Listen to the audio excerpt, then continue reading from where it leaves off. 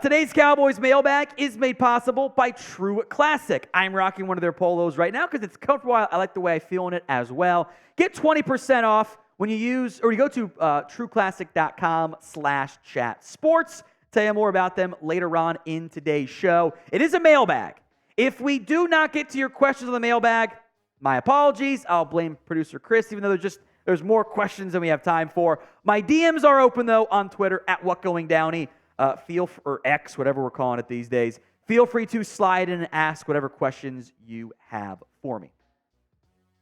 From Jason, opinions on LVE. Also, difficulty of the East after the draft. I would be a little bit surprised if Leighton Vander Esch returns to Dallas.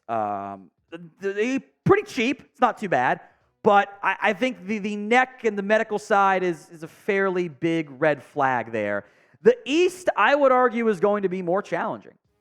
I would be a little bit surprised if the Commanders don't. I'd be stunned if they weren't better with a much better quarterback than Sam Howell. Eagles are still going to be a threat. We'll see about the Giants, but Commanders will be better. It's going to be more challenging for you. From Preston Jones, who will be the main target for Zimmer during free agency? I would love to get Daniel Hunter here. I think the money's going to be too expensive. But I think insert linebacker here. If they're going to spend more than the bargain bins they've always done in free agency, I would feel like veteran linebacker in a decently solid class would make a lot of sense for what Zim could be after. Charles says, why not go all in and trade for Brandin Aiyuk? Would be an all-in. I think there's a couple answers here. Both from the all-in mindset and from a operating in reality mindset for the Cowboys. I don't think the Niners would trade him to Dallas. I have a tough time seeing that. I think a hypothetical trade for Aiyuk, who background here, his friends and family have also made some weird comments, not just Cowboys fans who tend to deal with that, about maybe not returning. He's trying to get paid. I get it. That's fine. He's going to command that $25-ish million per year figure. Do we think the Cowboys want to or even should pay Aiyuk $25 million and CeeDee Lamb, where that one might approach $30 million, and move your first-round pick for Brandin Aiyuk? You have a great 1-2 punch at wide receiver, but you're not necessarily filling other spots when you're allocating that amount of money and draft capital, when I would argue receivers a need, but not your biggest need at this stage. It'd be fun, be a great idea, but you also got to pay Aiyuk, because otherwise he's going to be disgruntled the entire time too. So it's a awesome offensive idea. I think the practicalities have some issues there. So would you trade a first for Brandin Aiyuk and pair him with CeeDee Lamb and have one of the better 1-2 punches in receiver in the NFL? Y for yes, N for no. It's the pinned comment. The ad comes here on YouTube. Take advantage of it. Head down there. Let me know. From Mark, so we need to hit on our first 3 picks and sign 1 or 2 difference makers as free agents. Draft can't fill all the holes. Running back, O-line, D-line, linebacker. Why did Cooks suck? He's good. I don't know if I think usage in general was a big factor there. Cook's numbers are lower. He had 657 yards in 16 games. That was worse than what it was the year before in more games. Big difference, 81 targets was a bottom 3 figure for him. And there were some big plays Dak missed him to. There were some big chunk gains left out there on the field. He was also very productive, despite his size, in the red zone. I think chemistry matters a lot on some of those back shoulder stuff, but they clearly found something on the little corner fade route to Brandin Cooks in the end zone there. That really worked well. I think usage and volume are why those numbers were down, but as like your only really truly fast receiver, even though he's now on the wrong side of 30, there is still a valuable role, plus you're not paying him all that much either. Now, today's show is made possible by True Classic. 25% off when you get a polo or anything on the True Classic site. There's a wide array of options for you, including, but not limited to, maybe some athletic, stretchy activewear. True Classic is helping you get rid of your old workout tees with the sweat stains and holes and get in with True Classic's ultra comfortable, stretchy active wear. Go to trueclassic.com/chatsports and save up to 25% off your first order at trueclassic.com/chatsports.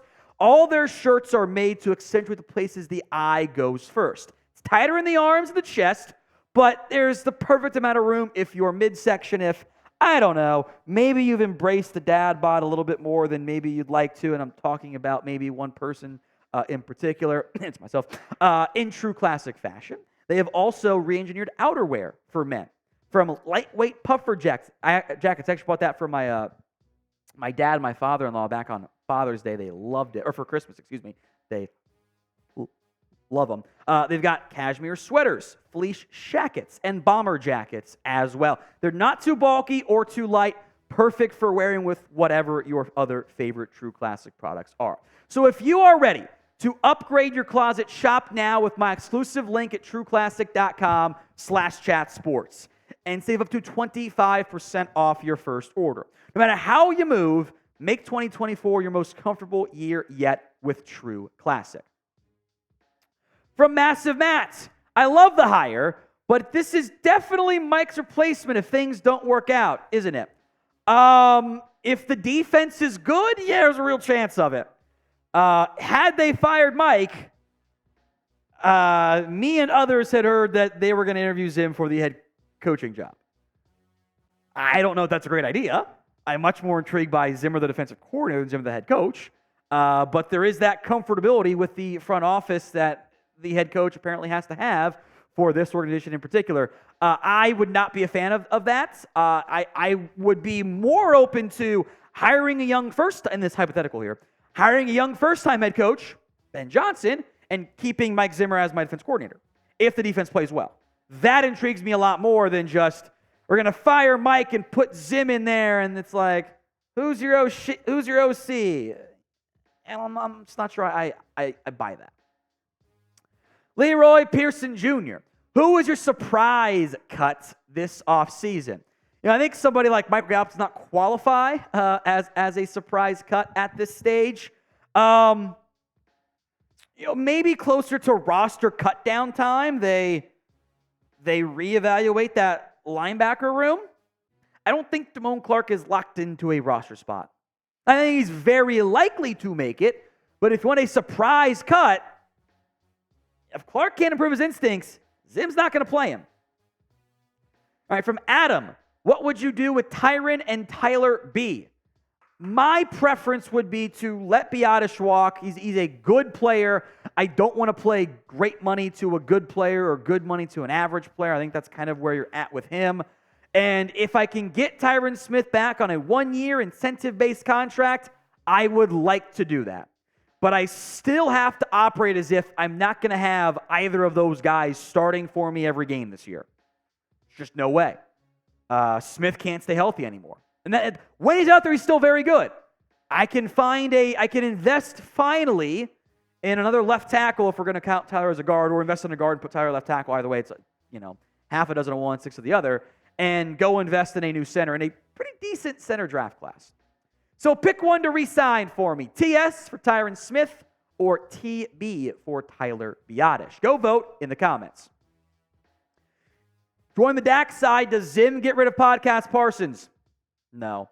I actually think that Zimmer could be really good for Micah. Because Micah right now is a top 5, rank him wherever you want to player, right? He's really good. He's very productive, very impactful. Consistently in the Defensive Player of the Year voting, he's been great. I want Micah to be the best defensive player in football. And I think Zim can challenge him in all the right ways if Micah is willing to listen to that coaching, which I think Micah is, because he works pretty hard in the offseason too. I don't think Zim is looking to get rid of his best player on defense. One that I think he knows he can do a lot of fun things with as a pass rush piece. From Blood Slinger, I think hiring Zimmer is a match made in heaven. Zim's trying to kickstart his career again, and Mike's trying to keep his job.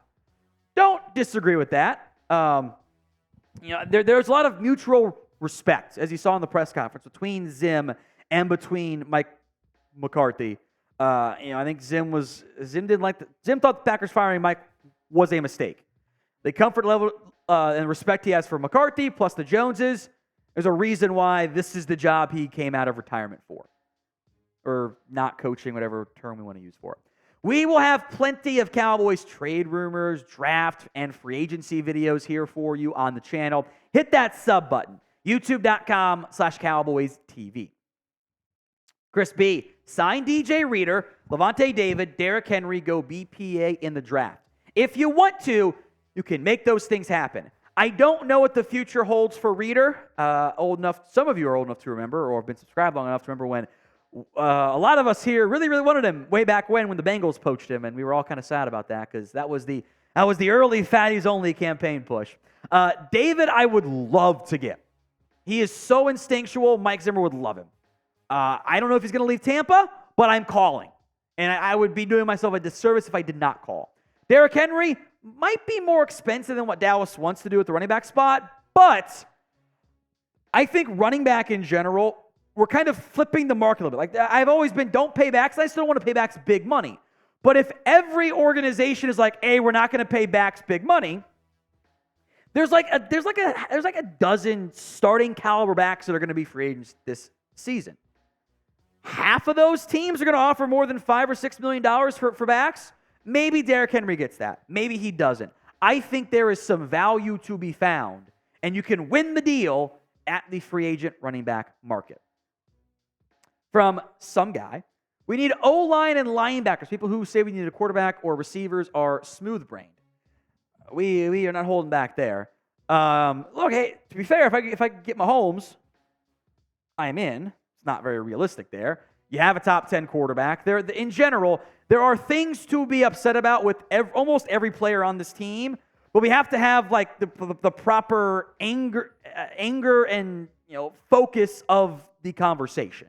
Like to say I need more playoff and better playoff results out of Dak Prescott is absolutely true. It is 100% accurate. And he has to start better in those big games. It can't get all too amped up and kind of struggle. That's got to dial it in a little bit there. You need better results there. What we can't say is Dak sucks, he's terrible, and also we should trade him for 2 first-round picks, which I see sometimes like he's trash, let's get 2 first-round picks. Can't have both. So, want more? Yes. He's awful, terrible, trash, horrible, no good. Come on, I got to be realistic here. It's kind of like saying, is Bigfoot real? Oh, we can have a good conversation on that. Is Dak good enough to win a Super Bowl? We can have a good conversation there. But we can't jump into the Bigfoot real conversation and say, Bigfoot's actually an interdimensional species who can navigate through the multiverse all by himself. That's why we can't find him. Like, okay, we're not really having the same conversation here anymore. Bigfoot's an alien. That's we're kind of missing the point a little bit there. From Matt, who is Dan Quinn going to? I've been sitting on that one for a while, waiting for a good chance to use it. Who's Dan Quinn going to trade for? He wants Nahshon Wright still. I feel like Jaron Kearse and Dante Fowler, you are Commanders. I feel like those two guys are going to sign. Quinn also wasn't playing Nahshon Wright, so not sure there'd be much interest there, but you can call if you want to. So name a player who you want to trade away. Anyone on the roster. After the last Bigfoot conversation, I'm sure we'll get some fun answers there. Sound off for me in the comments section right now. From Jalen, I think Jackson Powers Johnson could fall to Dallas. I would not rule it out. Now, there are center-needy teams in front of you, looking at Pittsburgh and Miami in particular, but we saw Tyler Linderbaum fall to you. Now, Powers Johnson offers some better size stuff that wasn't as big of a concern for, or was a bigger concern for Linderbaum. But I think there's a real chance he's there. He's not going to fall to you in the second round, but first round, maybe. Not Jeremy Chugs Burner. We went from Quinn, who loves his safeties, to Zim, who usually had great linebackers. Zim has a pretty good feel for those. The thing I also liked about Zim, he's gotten good results out of a lot of different styles of linebacker. He got good results out of the Eric Kendricks, Anthony Barr styles. He got good results out of the some of those Bengals linebackers way back when. I think Kale Spikes are maybe not. But I think like Ahmad Brooks was good for a little bit there. He got results out of Dat Win, who was kind of undersized by those era standards. So I think that the linebacking core, as long as you're instinctual, which is my issue with Damone Clark right now, because Clark's a big guy, but he wasn't in the right spot, I think you can have a lot of success in the Zim defense.